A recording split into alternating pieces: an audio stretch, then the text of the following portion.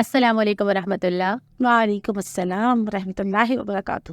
آج ہمارا دوسرا پوڈ کاسٹ ہے سورہ ہمزہ۔ جی، پہلے ہم نے سورۃ العصر تھی اور آج سورۃ الہمزہ ہے، اور یہ سورہ جو ہے یہ خصوصیت کے ساتھ خواتین کے ساتھ اس کا بہت تعلق ہے۔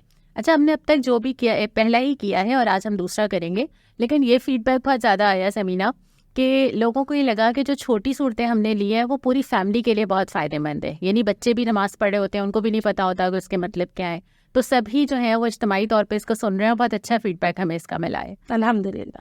آج سورہ ہمزہ کے بارے میں ہم بات کریں گے۔ یہ سورت مکی سورت ہے، بلکہ اماں پاری کی زیادہ تر مکی ہی ہیں۔ جی، اور یہ 9 آیات ہے اس سورہ کی، ہاں، اور یہ سورہ اخلاقیات سکھانے کے لیے ہے۔ پہلی سورہ میں اللہ تعالیٰ نے نیک عمل کے حوالے سے بات کی تھی کہ جو نیک عمل کریں گے اور صبر کریں گے تو ان کے لیے اللہ رب العالمین نے پھر کامیابی کی ضمانتیں دی ہیں۔ اب اس کے برعکس جو یہ نہیں کریں گے تو وہ کیا کریں گے؟ جو ہم ویسے پڑھتے ہیں نا، ہم جب آیات اور چھوٹی چھوٹی صورتیں پڑھتے ہیں تو ہمیں لگتا ہے ہر صورت الگ الگ ہے، لیکن جب آپ ترتیب سے قرآن پڑھتے ہیں تو آپ کو اندازہ ہوتا ہے کہ موضوع ایک کے بعد ایک کس طرح کنیکٹ ہو رہا ہوتا ہے آپس میں۔ بالکل کنیکٹڈ ہے۔ جیسے سورہ عصر تھی، وہ اس بارے میں تھی کہ خسارہ، آپ کو خسارے سے بچنا ہے، اور یہ صورت ہے کہ تباہی سے آپ کو کیسے بچنا ہے، کون سی چیزیں تباہی کی طرف لے کے جاتی ہیں۔ جی بالکل۔ تو ہم شروع کریں پہلی آیت سے۔ جی، پہلی آیت تباہی ہے ہر شخص کے لیے جو 2 کام کرتا ہے۔ میں عربی میں ہی لفظ پڑھتی ہوں، ہمزہ اور لمزہ۔ جی، یہ 2 بڑے جرم ہیں، بلکہ اس میں 3 بڑے جرائم پر بات کی گئی ہے۔ جو پہلے 2 بڑے جرم ہیں وہ یہ ہے کہ پیٹھ پیچھے غیبت کرنا، برائیاں کرنا، اور دوسرا یہ ہے جو لمزہ ہے وہ یہ ہے کہ منہ در منہ، کہ بالکل سامنے آپ بات بھی کر رہے ہیں اور کسی کی آپ انسلٹ بھی کر رہے ہیں اور کسی کی آپ تحقیر بھی کر رہے ہیں، کسی کو برا بھلا بھی کہتے ہیں۔ تو یہ دونوں جو تینوں چیزیں ہیں نا، یہ بالکل سامنے کہنا۔ اچھا، دونوں لفظ اب آپ ملا لیتے ہیں نا، یعنی دونوں ایک الگ کریکٹر ہے نا۔ ایک کریکٹر ہے جو پیچھے باتیں کرتا ہے، ایک کریکٹر ہے جو سامنے کہتا ہے، وہ کسی بھی نام پہ کہہ رہا ہو، وہ چاہے اب یہ کہہ رہا ہو کہ میں جو کہتا ہوں منہ پہ کہتا ہوں یا صاف بات کرتا ہوں وغیرہ، لیکن یہ دونوں مل کے ایک انسانی کریکٹر وہ بنتا ہے جو لوگوں کو بہت زیادہ جج کرتا ہے نا، جو لوگوں کو اپنے آپ سے حقیر سمجھتا ہے، وہ اپنے آپ کو کوئی چیز سمجھتا ہے۔ پھر انسان ہر وقت، چاہے وہ کسی کے سامنے ہو یا کسی کے پیچھے ہو، وہ لوگوں میں نیگیٹیوٹی ڈھونڈ رہا ہوتا ہے، برائیاں ڈھونڈ رہا ہوتا ہے۔ کبھی آپ کے ساتھ ایسا ہوا ہے، آپ نے کوئی ایسی چیز سنی ہو جو آپ کو دل پہ لگی ہو اور آج تک دکھ ہو اس کا؟ بہت بار سنا ہے۔ انسانوں کی دنیا میں تو نیگیٹیوٹی بہت زیادہ اب ہمارے اندر آتی چلی جا رہی ہے۔ اسے شاید آپ اتفاق کریں یا نہ کریں، جب مجھے لگتا ہے سبھی نا پازیٹیوٹی زیادہ ہے، لیکن نیگیٹیوٹی ہمیں یاد رہ جاتی ہے۔ بالکل، یہ بات تو ہے، لیکن نیگیٹیوٹی بڑھتی چلی جا رہی ہے، اور مجھے تو لگتا ہے بچوں میں بڑھتی چلی جا رہی ہے۔ اچھا، میرا نہیں خیال ویسے، کیونکہ پیرنٹس سے سیکھتے ہیں۔ اگر پیرنٹس کا یہ ایٹیٹیوڈ ہے کہ وہ پیٹھ پیچھے برائیاں بھی کر رہے ہیں اور منہ در منہ بھی وہ لان تان کرتے ہیں، تو مجھے لگتا ہے سب سے زیادہ بچے سیکھتے ہیں۔ اچھا، میں ویسے اس سے اتفاق اس لیے نہیں کرتی کہ مجھے لگتا ہے کہ پہلے شاید یہ رجحان زیادہ تھا، اب لوگ تھوڑا محتاط ہیں بولنے کے معاملے میں۔ آپ کا کیا خیال ہے؟ ہاں، گڈ پیرنٹنگ بھی بہت زیادہ لوگ سیکھ رہے ہیں، لیکن پھر بھی مجھے لگتا ہے کہ نہ چاہتے ہوئے بھی، کہ جس کی عادت ہوتی ہے وہ تو گھروں کے اندر ہی کر ہی رہا ہوتا ہے۔ رشتے دار ہم دونوں نے فیصلہ کریں، جو لوگ ہمیں سن رہے ہیں ان کے اوپر اس کا فیصلہ چھوڑ دیتے ہیں۔ آپ وہ خود ہمیں بتا دیں گے کہ اس وقت آپ کو پازیٹیوٹی زیادہ معاشرے میں نظر آتی ہے یا نیگیٹیوٹی زیادہ نظر آتی ہے؟ بالکل ٹھیک ہے، لیکن یہ کریکٹر پورا اب یہ پیدا کیسے ہو جاتا ہے کہ آپ اتنے نیگیٹو ہو جائیں؟ ہمزہ اور لمزہ کے نا بہت سارے آج کے دور میں نئے نئے نام آ گئے اور نئے نئے طریقے آ گئے ہیں۔ اب ہم اس کو شوگر کوٹڈ طریقے سے ایسے کرتے ہیں کہ ہمیں وہ برائی نہیں لگتی۔ بالکل، نئی نئی انٹرپریٹیشنز ہم نے نکال رہی ہیں۔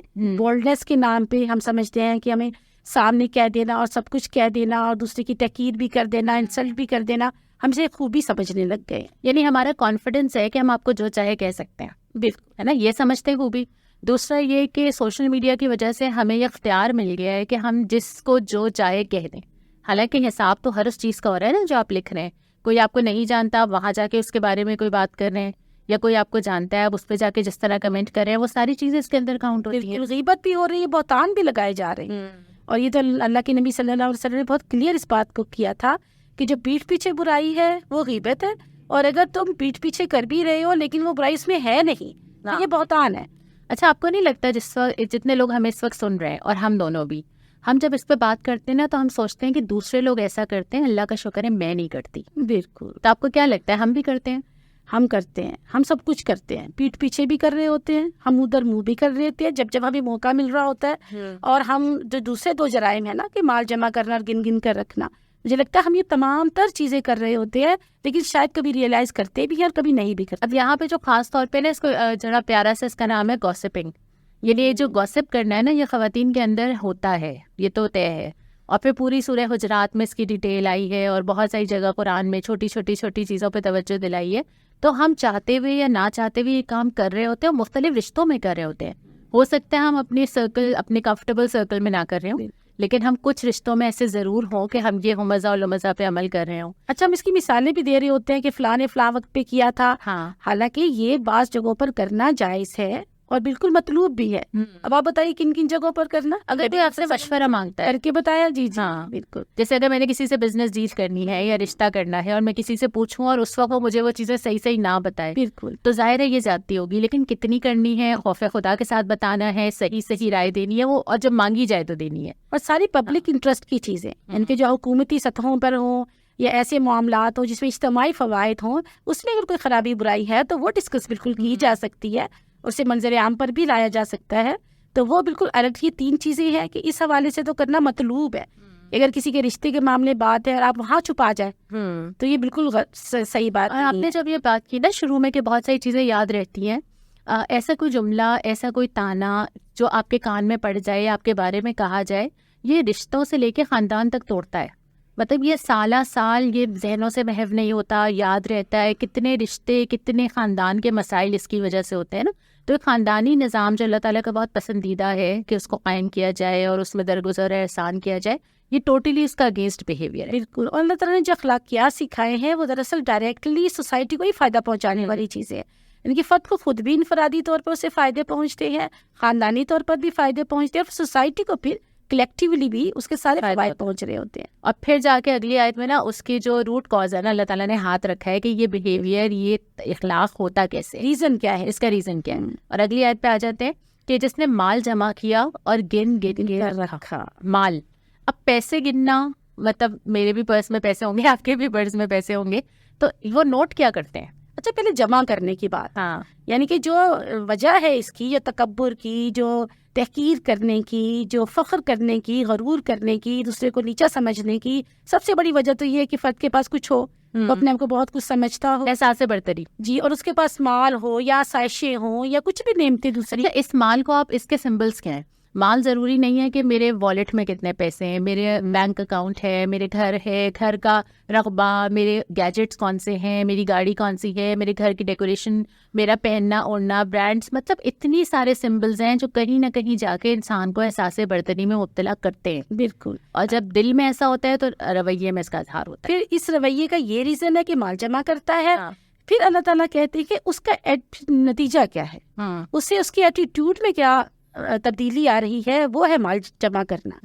کہ وہ جو گن گن کر رکھتا ہے نا, یہ ایٹیٹیوڈ کے اندر تبدیلی ہے. ایک تو وہ مال نکلتا ہے تو تکلیف ہوتی ہے نا, ایک تو یہ چیز ہے کہ آپ کو ہوتا ہے کہ میرے پاس ہی رہے. دوسرا ہوتا ہے کہ اس مال سے اور مال کیسے بنا لوں. وہ جو سود کو اللہ تعالیٰ نے روکا ہے وہ یہی اسی ساری چیزوں کی وجہ سے نا کہ کانسیکوینسز یہ ہوں گے آگے جا کے. اور مال جمع کرنا ایک بہت بڑے ایک ذہنی بیماری کا یہ ہے, پیش خیمہ ہے کہ مال جمع وہی کرتا ہے جو اس کی ضروریات پہ خرچ نہیں کر رہا ہوتا, نہ اپنی, نہ اپنے خاندان والوں کی, نہ ضرورت مندوں کی, نہ سوسائٹی پہ. تو وہی فرد ایسا ہوگا جو گن گن کر رکھ رہا ہوگا اور مزید کی طلب اس کے اندر بڑھتی چلی جائے گی. ہوگا جو آپ نے شروع میں ہم نے بات کی نا کہ سورہ عصر میں اللہ تعالیٰ نے مقصد زندگی پہ بات کی تھی نا. اگر زندگی کا مقصد آپ کے سامنے کلیئر نہیں ہوگا, اگر آخرت کا تصور نہیں ہوگا, تو پھر آپ دنیا کو جمع کرنے میں لگ جائیں گے اور پھر آپ کی ساری توجہ روزمرہ زندگی کے معاملات پہ چلی جاتی ہے. پھر کس نے کیا کہا, کس کے پاس کیا ہے, اس میں لگ جاتے ہیں, یا اللہ تعالیٰ ڈال دیتا ہے یا آپ غرق کر دیے جاتے ہیں. لیکن اگر آپ کا مقصد زندگی بڑا ہوتا ہے تو آپ ان چھوٹی چھوٹی چیزوں سے اوپر اٹھ جاتے ہیں. بالکل. جب آپ نیک عمل نہیں کر رہے ہوتے اور پھر صبر نہیں کر رہے ہوتے تو پھر یہ ایٹیٹیوڈ پیدا ہو رہے ہوتے ہیں. آپ دیکھیں جو مال اللہ تعالیٰ نے جس کو زیادہ دے دیا ہے نا, اس کو بھی صبر کرنا ہے. اس کا صبر کیا ہے کہ پھر اس کے اندر یہ تمام خرابیاں پیدا نہ ہو نا. پھر وہ ڈاؤن ٹو ارتھ ہو, پھر وہ خرچ کرنے والا ہو, ایک دوسرے کا خیال رکھنے والا ہو. اور ایسے بہت سارے یہاں پہ کیریکٹر نظر آتے ہیں سوسائٹی کے اندر. اور پھر اس کی فکر ایک تو ہمیں خود کرنی چاہیے کہ ہمارے دل میں جو مال کی محبت یا مادیت پیدا نہ ہونی پائے. دوسری بات یہ کہ اس کی فکر بھی ہونی چاہیے. مجھے لگتا ہے کہ ایک نا یہ وائرل چیز ہوتی ہے کہ کسی نے آپ کو کچھ کہا تو آپ نے اس کو کچھ جواب دینا ہے. ایک بحیثیت خاتون نا ہمارے اندر یہ صلاحیت ہوتی ہے کہ کسی نے کچھ اچھی طرح سے ہمیں کہہ دیا ہے تو ہم نے وہ ادھار چکا دینا ہے، بالکل، اور ہم نہ چاہتے ہوئے اس کا حصہ بن جاتے ہیں. ہم ٹٹ فور ٹیٹ، یہ آج خوبی بن چکی ہے، کوالٹی بن چکی ہے. ہم نہ صرف خود سیکھ رہے ہوتے ہیں، ہم اپنے بچوں کو بھی سکھا رہے ہوتے ہیں نہ چاہتے ہوئے بھی، اور ہم اسے بولڈنس کا نام دے رہے ہوتے ہیں. پھر اگلی آیت میں اللہ تعالیٰ نے اس کو یوں ڈیفائن کیا ہے کہ شروع میں جو تباہی کا ذکر کیا تھا نا کہ تباہی ہے، اگلی آیت ہے کہ تباہی ہے کیا، اور پہلا ورڈ ہے کلّا. کلّا ہرگز نہیں، یعنی کہ اللہ تعالیٰ کے جو ناپسندیدہ ترین چیزیں ہیں نا اس کے ساتھ کلّا کا ذکر آ جاتا ہے. لا ينبذن فی الحطمہ، اور لا ينبذن کیا ہے؟ اس کو ڈال دیا جائے گا، ہے نا، پھینک دیا جائے گا. بالکل، جیسے کوئی کچرے کو پھینک دیا جاتا ہے، جیسے ٹیشو پیپر کو استعمال کر جیسے آپ کو چیز اٹھائے اور ایسے ڈال دینا، بالکل ٹریش میں ڈال دیں آپ، اس طرح اللہ تعالیٰ پھینک دیں گے. اور کس میں؟ حطمہ. یہ حطمہ کیا ہے؟ حطمہ جو ہے وہ حتم سے نکلا ہے لفظ، اور اس کے معنی کسی چیز کا بالکل ہی چکنا چور، جیسے گلاس ٹوٹتا ہے نا، کرچیاں جیسے ٹوٹ جاتی ہیں، کسی چیز کا بالکل ہی اتنے ٹکڑے ہو جانا کہ اس کی کوئی شناخت ہی باقی نہ رہے. کرش کر دینا، کرشر میں ڈال دینا، جیسے آئس کریشرز ہوتے ہیں نا، بالکل ویسے بالکل اس کو ختم کر دینا، تباہ کر دینا. اور پھر آگے اللہ تعالیٰ کیا فرماتے ہیں؟ اچھا اس آیت پہ، اس سے پہلے کہ آپ آگے جائیں، مجھے لگ رہا تھا کہ شروع اللہ تعالیٰ نے کیا کہ وہ انسان اپنے آپ کو بڑی چیز سمجھتا ہے تب وہ یہ کرتا ہے، اور یہاں پہ وہ اللہ کے نزدیک کیا چیز ہے، یعنی اس کا مرتبہ اس کی نظر میں، اور پھر اس کے رویے کی وجہ سے اس کا مرتبہ اللہ کی نظر میں، کہ اللہ تعالیٰ اس کو حقارت سے ایسی جگہ ڈال دیں گے کہ وہ اس کا نام و نشان نہ ملے گا. اللہ تعالیٰ ہم سب کو محفوظ رکھے. اور اس کے بعد پھر ہم سے سوال کیا ہے کہ تمہیں پتہ ہے کہ کیا ہے وہ چکنا چور کر دینے والی؟ نار اللہ الموقدہ، اللہ کی بھڑکائی ہوئی. نار اللہ پہلی دفعہ پورے قرآن حکیم کے اندر استعمال ہوا ہے. ساری آگ تو اللہ کی ہی بھڑکائی ہوتی ہے، تمام تر چیزیں اللہ تعالیٰ ہی کی جانب سے ہیں، لیکن اللہ تعالیٰ نے خصوصیت کے ساتھ اس کو بریکٹ کر دیا اپنے ساتھ، اللہ کی بھڑکائی ہوئی آگ. اور یہ بہت بڑی بات ہے. اللہ تعالیٰ نے پہلی بار اپنے ساتھ اس کو منسوب کیا ہے، اس آگ کو. تو اللہ تعالیٰ نے جس کو اپنے ساتھ منسوب کر لیا ہے تو دیکھیں تو صحیح اس کا ریزن کیا ہے. ہم سمجھتے ہیں کہ نماز نہیں پڑھی، قرآن نہیں پڑھا تو شاید یہی سب سے بڑے گناہ ہیں، لیکن یہاں پر اللہ تعالیٰ کیا فرما رہے ہیں؟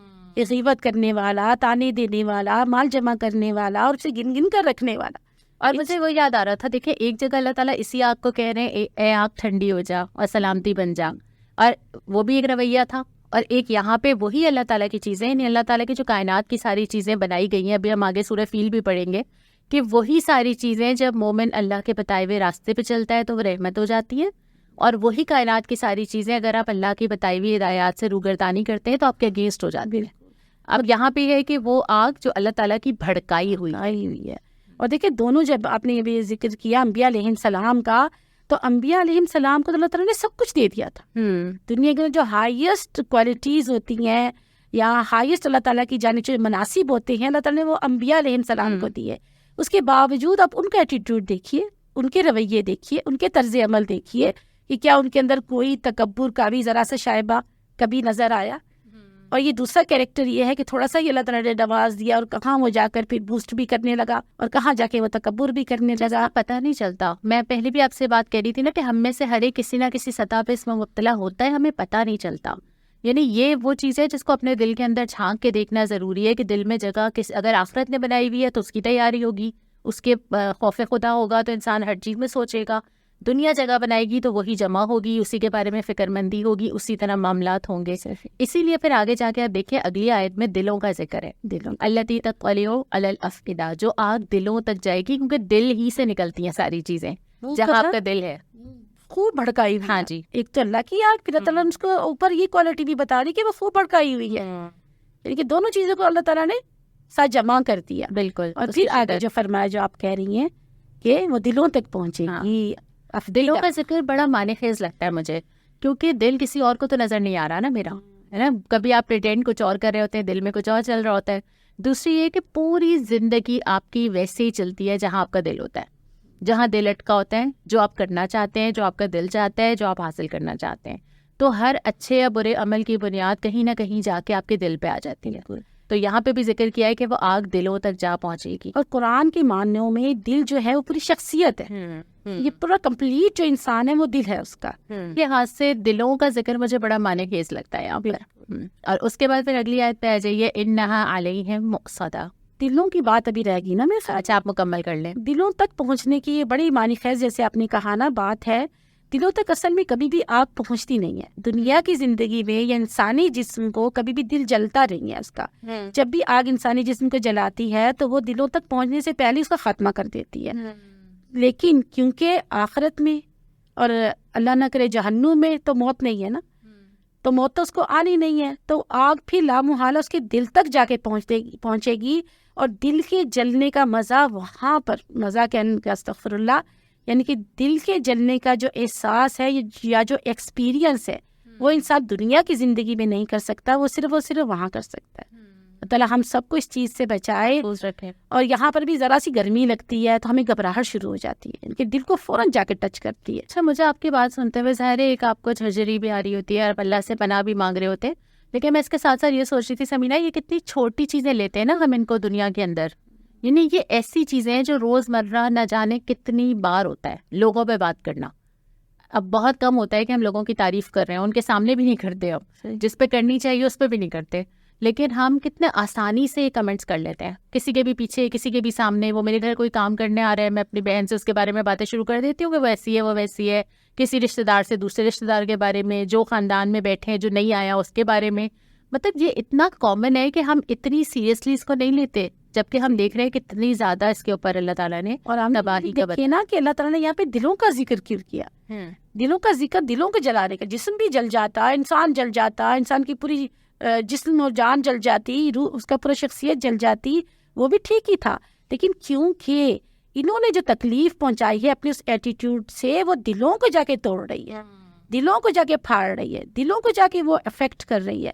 تو اللہ تعالیٰ نے یہاں پر دلوں کا ذکر کر دیا کہ جلے گے دل. جتنے لوگ اس وقت سن رہے ہوں گے نا, سب کے ذہن میں کوئی نہ کوئی ایسی بات آ ضرور رہی ہوگی جو کبھی ہوئی تھی. اور اس کے ساتھ ساتھ مجھے اس کے بالکل اپوزٹ وہ یاد آ گیا کہ اللہ تعالیٰ نے بشارت دی اس شخص کو جو قلب سلیم لے کر آیا. یعنی ایک دل کو صاف رکھنا کتنا مشکل کام ہے نا, لوگوں کے بارے میں صاف رکھنا, اور کبھی کبھی ایکچولی آپ کے ساتھ ہوئی ہوتی ہے زیادتی. اب جیسے ہم نے یہ ساری باتیں کی کہ ہم یہ سوچتے ہیں کہ لوگ کرتے ہیں نا, اس کے جواب میں بھی دل صاف رکھنا, بدلہ نہ لینا, احسان کا رویہ, خاندان کو جوڑنے کے لیے برداشت کر لینا, یہ ساری چیزیں بھی جتنا یہ گناہ اور عذاب ہے اتنا زیادہ وہ بھی ثواب کا سبب ہے. اچھا, قلوب کے الگ معنی ہے اور افئدہ کے الگ معنی ہے. قلوب وہ ہوتا ہے جیسے آپ نے کہا نا قلب سلیم, کہ جو دل اپنی صحیح حالت میں ہوتا ہے اسے قلب کہتے ہیں. لیکن جو دل اپنی صحیح حالت میں نہیں ہوتا, پریشان ہوتا ہے, گنہگار ہوتا ہے, یا کسی بھی طرح سے وہ افیکٹڈ ہوتا ہے, سٹریس میں ہوتا ہے, پریشانی میں ہوتا ہے, یا کوئی بھی غلط کام کوئی بھی نیگیٹیوٹی اس کے دل کے اندر ہوتی ہے, اسے افئدہ کہا جاتا ہے. اچھا, یہ میرے لیے نئی بات تھی. جی صحیح. اور اس کے بعد پھر آگے ذکر آیا انہا علیہم مؤصدہ, وہ آگ ان کے اوپر ڈھانپ دی جائے گی. جیسے ہم عموماً کھانا پکاتے ہوئے کیا کرتے ہیں, دیگچی کو ڈھانپ دیتے ہیں تاکہ جلدی بوائل آئے, زیادہ گرماہٹ پیدا ہو, جلدی سے اثرات ہو اس کے نا. یہاں سے بڑھ کر اگر آپ اس کے کوکر, آج کل کا جو پریشر کوکر ہے اس کو لے لیجئے, کہ کس طرح وہ جو اندر اس کے اگر گوشت ڈال دیں تو کیسے اوپر سے بھی ڈانپ دیا جاتا ہے, نیچے سے بھی آگ آ رہی ہوتی ہے, اسٹیم بھی اندر ہوتی ہے, تو کیا اثر اس کا کرتی ہے. اللہ تعالیٰ محفوظ رکھے. اور پھر اس کے بعد مزید ذکر آیا فی عمد ممددہ, جیسے اونچے اونچے ستونوں میں کھرے ہوئے ہوں, کہیں بھاگنے کی راہ نہ پاتے ہوں, جس طرح بند کر دیے گئے ہوں. اس کا تصور کریں, پورا جو سینیریو اللہ تعالیٰ نے کھینچی ہے پکچر, اس کو پورے کو تصور کریں. بھڑکی ہوئی آگ, اللہ تعالیٰ کی بھڑکائی ہوئی آگ, چکنا چور کر دینے والی جگہ, پھر اس کے بعد ایسی تیز آگ, اور پھر اس کو بند بھی کر دیا جا رہا ہے, اور اس کے ارد گرد ستون ہے. اور حضرت ابن عباس رضی اللہ عنہ کے مطابق یہ آگ کے ستون ہوں گے بڑے بڑے, جن سے باندھا بھی جائے گا یا جن سے گھیر بھی دیا جائے گا, اور پھر آگ ہی کو اوپر سے ڈھانپ دیا جائے گا. تو دوبارہ سے تصور کیجئے کہ جرائم ہیں کیا جن کو ہم شاید جرم سمجھتے ہی نہیں ہیں. ہم تو کسی اور چیز کو جرم سمجھتے ہیں, یہ تو یہ چھوٹی چھوٹی چیزیں ہیں جن کو ہم نے اپنی عادت بنا لی ہوتی ہے, اور ہمارے لیے تو یہ بڑے حقیر سی باتیں ہیں. یعنی پوری صورت کا اگر میں خلاصہ نکالوں نا آج کے دن, تو مجھے یہ سمجھ آتا ہے کہ بس زبان سے کوئی ایسا لفظ نہ نکلنے پائے, مطلب اپنی زبان کی اتنی حفاظت کہ کسی کے بارے میں کوئی منفی چیز زبان سے نہ نکلے, خواہ وہ صحیح ہو خواہ وہ غلط ہو. اور یہ زبان کی فتنے ہیں, اور فرمایا گیا نا کہ 2 چیزوں سے تم گارنٹی دے دو گے, اس کی 2 چیزوں کی, تو تم جنت میں چلے جاؤ گے, اور وہ 2 چیزوں میں سے ایک زبان ہے. بالکل. اور اس کی عادت, جیسے کہ آپ نے شروع میں بات کی نا, اس سے پہلے کہ ہم آگے بڑھیں, اس کی عادت وہ شروع سے پڑ جاتی ہے. یہ آپ کی فیملی ویلیوز ہوتی ہیں, آپ اپنے گھر میں جو باتیں کرتے ہیں اور کرنے دیتے ہیں, یعنی ماں باپ جو آپس میں بات کرتے ہیں اور پھر گھر میں بچے وہ باتیں ہوتے ہوئے دیکھتے ہیں. تو اس کا جو اگر آپ چاہتے ہیں نا کہ آپ کی فیملی یا آپ کے گھر سے یہ چیز ختم ہو, تو اس کے لیے آپ کو پورے گھر کا ماحول ہی ایسا بنانا پڑتا ہے کہ جس میں یہ چیزیں ڈسکریج کی جائیں اور اس طرح کی باتوں کی حوصلہ افزائی نہ کی جائے. اور پھر دوبارہ میں کہوں گی کہ پیرنٹنگ کے اندر بہت دھیان رکھنا چاہیے کہ بچے بہت جلدی سیکھتے ہیں، بہت فاسٹ ہوتے ہیں بچے ان تمام تر چیزوں کو سیکھنے میں. پھر وہ ان تمام تر چیزوں کو ماں باپ بھی اپلائی کرتے ہیں. آج کے دور میں تو اتنا کامن ہوتا چلا جا رہا ہے کہ کوئی اگر اپنی کوئی مسئلے ہو، کوئی اپنا بات ایشو بتاتا ہے پیرنٹ، تو وہ سب سے پہلے یہ کہتا ہے کہ ہمارے بچے جو ہمیں جواب بھی دیتے ہیں، ہمارے بچے جو ہمارے سامنے اس طرح سے پھٹ پڑتے ہیں اور بولڈلی ہمیں ہر چیز کہہ رہے ہوتے ہیں، ہماری غلطیاں بھی گنوا رہے ہوتے ہیں. جیسے آپ نے بالکل صحیح بات کی، اسی پہ ہم اختتام بھی کر لیتے ہیں کہ جو آپ گھر میں رویے سیٹ کرتے ہیں نا، جو آپ دوسرے لوگوں کے بارے میں کرتے ہیں، وہ پلٹ کے پھر آپ تک اسی طرح پہنچتے ہیں آپ کے اپنے بچوں کی شکل میں جو آپ نے تیار کیے ہوتے ہیں نا. تو انشاءاللہ میرے خیال ہے سبھی اس حوالے سے محتاط رہیں گے، اور ہمیں ساتھ ساتھ جو ہے وہ سوالات بھی آنا شروع ہو گئے. سوالات ہماری ساری سوشل سائٹس کے اوپر آ رہے ہیں، آپ یوٹیوب دیکھ لیجیے اور میں فیس بک سے نکال لیتی ہوں. جی بالکل ٹھیک ہے، پہلا سوال آپ لے رہی ہیں یا میں لوں؟ پہلا سوال میرے پاس آیا ہے کہ اس سے بچہ کیسے جائے، کس چیز سے؟ غیبت سے، اور یہ دوسری جو منہ مزہ اور لو مزہ. کوئی آپ پریکٹیکل ٹپ دینے والی ہیں؟ ہاں، جب بچہ کیسے جائے تو میرے ذہن میں تو یہی آ رہا تھا کہ سب سے پہلے تو یہ کہ اس سورہ کو ہم نمازوں میں بار بار اگر پڑھیں، اس کی تلاوت کریں، ترجمہ یاد کر لیں، اور جب بھی ہم ترجمے کے ساتھ اس کو پڑھیں گے تو ذہن میں تمام تر یہ چیزیں آ جائیں گی. پھر اس پوڈ کاسٹ کو بہت زیادہ دیکھیں. اچھا، ایک تو یہ ہے کہ پوڈ کاسٹ کو دیکھیں اور اس کے لنک شیئر کریں، اور خاص طور پہ اپنی فیملی میں شیئر کریں، اپنے بچوں سے شیئر کریں، سب کو دکھائیں. یہ تو ایک بات ہے. دوسری بات یہ کہ آپ کو یہ اپنے آپ کو یاد دلاتے رہنا ہوگا نا، یہ تو پوری لائف کی اسٹرگل ہے، یہ تو آپ کو کرنا ہوگا. تیسرا یہ کہ آپ ان لوگوں میں اٹھیں بیٹھیں جو آپ کو اس پہ متوجہ کرتے رہیں، آپ کا سرکل بھی ایسے لوگوں میں ہو، اور آپ قرآن بھی بار بار اٹھاتے ہیں. قرآن خود یاد دہانی ہے نا. اور دین کے کاموں میں خود کو مصروف رکھیے. جو جتنا زیادہ ہوتا ہے مصروف نہیں ہوتا اور فارغ ہوتا ہے اور ذہن بھی اس کا خالی ہوتا ہے تو وہ شیطان کا گھر بن جاتا ہے نا. اور یہ تمام تر چیزیں شیطان. اچھا، میرے پاس بھی ایک اور سوال اسی طرح کا ہے، اور یہ سوال یہ ہے کہ ایک طرف آپ یہ کہہ رہے ہیں کہ آپ کسی کے منہ پہ نہ بولیں، لیکن ایک طرف اسلام کا جو تصور اصلاح ہے کہ بھائی اگر مجھے کسی شخص میں کوئی چیز محسوس ہو رہی ہے تو میں اس کو کیوں نہ بولوں، مطلب مجھے تو بولنا چاہیے نا، اس کو بتانا چاہیے. تو اس بارے میں کیا خیال ہے آپ کا؟ اس کے بھی طریقے بتا رکھے ہیں، حکمتوں کے ساتھ، تنہائی کے اندر انتہائی محبت کے ساتھ، اخلاص کے ساتھ، یہ اگلے فرد کو محسوس ہو کہ آپ کا جو مقصد ہے وہ تحقیر کرنا نہیں ہے. اچھا، ایک تو یہ نہیں لگتا کہ ہر شخص کی اصلاح ہماری ذمہ داری نہیں ہوتی؟ ایک تو یہ کہ آپ کا اس سے تعلق کیسا ہے، اور اس اصلاح سے پہلے پورا اسلامی تعلق کی پوری چیزیں ہیں، اس سے آپ کیسا رشتہ ہو، آپ خوشی غمی میں شرکت کرنے والے ہوں، آپ خیر خواہ ہوں، محبت کا تعلق ہو. جب ساری چیزیں ہوتی ہیں نا پھر اصلاح آتی ہے. اب وہ سارے سٹیپس مسنگ ہیں، تعلق آپ کا ہے نہیں لیکن آپ ڈائریکٹ اصلاح کرنے جا رہے ہیں، تو وہ تو الٹا اثر دے گی نا. اور بغیر مانگے مشورہ نہ دیا جائے اور بغیر تعلق کے اصلاح نہیں ہوتی. اور تو اس میں بھی جب آپ سے پوچھا جائے، جہاں پہ آپ اثر انداز ہو سکتے ہیں اور جہاں آپ کو رول پلے کرنا چاہیے وہاں ضرور کریں، لیکن غیر ضروری طور پہ اصلاح کے نام پہ اوور کانفیڈنٹ ہو کے آپ سب کچھ نہیں بول سکتے. اور پھر دوسری بات یہ ہے کہ اپنے مفادات کی وجہ سے آپ خاموش نہ ہو جائے. بعض اوقات بہت سارے اوقات ایسا ہوتا ہے کہ لوگوں کے ساتھ ہمارے مفادات وابستہ ہوتے ہیں، تو ان کی جو غلط بھی باتیں ہوتی ہیں، قابل اصلاح بھی چیزیں ہوتی ہیں، تو ہم خاموش ہو جاتے ہیں. ایک یہ ہوتا ہے، اور دوسرا یہ ہوتا ہے کہ ہم اس لیے خاموش ہو جاتے ہیں کہ اس وقت ہم بدلہ لینے کی استطاعت نہیں رکھتے. مطلب ہم چاہتے ہیں موقع مل جائے گا تو ہم 2 سال 4 سال بعد جا کے جواب دے دیں گے، سنا دیں گے، وہ ادھار رکھا ہے. ابھی نہیں کیا تو اس کی یہ وجہ نہیں ہے کہ ہم نے اللہ کے لیے چھوڑا، حالات نہیں ہے. تو یہ بھی اللہ تعالیٰ وہی پھر دلوں پہ بات آ جاتی ہے جب شیطان اکساتا رہتا ہے. ذرا کوئی بات سنی وہ آپ کے اندر ایک ہلچل مچا دیتا ہے کہ کب وہ سنانے والی اور کب بدلہ لینے والی ہے. آپ اسی سے مثال لے رہے نا، ہم پھر باتوں میں نکل گئے، بات سے بات نکلتی گئی، ہم تو سوالات لے رہے تھے. تو اب آپ لے لیں ایک سوال اور پھر میں ایک اور لے لوں گی. بچوں کو کیسے بچایا جائے، یہ بھی میرے پاس سوال ہے. جیسے خود کو بچایا جائے، اور کیا حل ہے؟ پتہ ہے مزید کوئی حل ہے؟ بچوں کے سامنے بہت کیئرفل ہونے کی ضرورت ہے. دیکھیں آپ کی آج کے بچے بڑے شارپ ہیں. وہ ایسا نہیں ہے کہ پہلے اگر آپ نے دیکھا بھی ہے کہ پیرنٹس ایسے کرتے چلے جا رہے ہیں، بچوں کے اندر پھر بھی وہ چیز اتنی حد تک نہیں آئی. لیکن آج کے بچے بہت زیادہ جلدی سوچ سمجھ لیتے ہیں، بڑے الرٹ ہوتے ہیں، بڑے شارپ ہوتے ہیں، تو وہ بہت جلدی سیکھ لیتے ہیں. اگر آپ مجھ سے پوچھیں نا، مجھے لگتا ہے 2 چیزیں پیرنٹنگ میں بہت اہم ہیں. ایک تو گھر میں للہیت اور خوف خدا کا ماحول اگر ہے تو اس کے اثرات ہوتے ہیں. دوسری بات یہ کہ پیرنٹس اپنے آپ کو ٹھیک کر لیں. بچے غیر محسوس طریقے سے آپ کی کاپی ہوتے ہیں. ہم بھی وہی ہیں جو ہمارے پیرنٹس تھے، تو ہم زیادہ فوکس نا وہی والی بات ہے کہ دوسروں پہ زیادہ کرتے ہیں تو بچوں پہ بھی زیادہ کر لیتے ہیں. بچوں سے پہلے آپ اپنے اوپر ذرا فوکس لے کر آئیں. جیسے جیسے آپ کے رویے میں تبدیلی آتی ہے گھر کے ماحول میں بھی آ جاتی ہے. یہ بھی کوئی آج کے دور کا کوئی نیا ہی وتیرہ بن چکا ہے کہ ہر چیز بچوں کے سامنے ڈسکس کرنے بیٹھ جاتے ہیں. حالانکہ ہر بات بچوں کے سامنے ڈسکس کرنے والی نہیں ہوتی. کچھ خاندانی ایسے معاملات ہوتے ہیں, کچھ ایسی سیکریٹس ہوتی ہیں جو بہت ہی زیادہ خفیہ رکھنی چاہیے. بس یہی سمجھ لیجیے کہ پوری بات کا خلاصہ وہی تھا نا کہ زبان کا محتاط استعمال. اچھا ایک بس آخری میں ایک اور لے لیتی ہوں کہ اب اتنا وقت ہمارے پاس ہوتا نہیں ہے.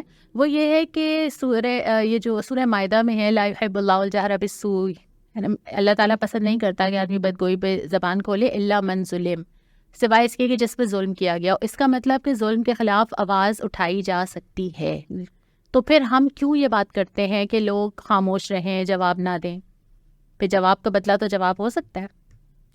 ظلم پر آواز اٹھانے کا جو پہلے بالکل اس کو کلیئر کر دیا گیا کہ کن کن مواقع پہ آپ کو بات کرنی ہے اور کن مواقع پہ آپ کو نہیں کرنی ہے. بالکل. تو وہ تمام تر چیزیں جو ہے وہ پہلے ڈسکرائب ایسے ہو چکی ہیں شروع میں. اگر یہ پوڈ کاسٹ اور بہت آسان ہے کہ قرآن کا پورا مزاج سمجھیں کہ آپ کے ساتھ جہاں زیادتی ہو رہی ہو وہاں چیزوں کو کلیئر کرنا, وہاں اصلاح کی غرض سے بات کرنا, جہاں صحیح مشورے دینا ہو مشورہ دینا, ان سب چیزوں کی ممانعت نہیں ہے. لیکن بدتمیزی کے مقابلے میں بدتمیزی یا گالی کے جواب میں گالی منع کیا گیا ہے.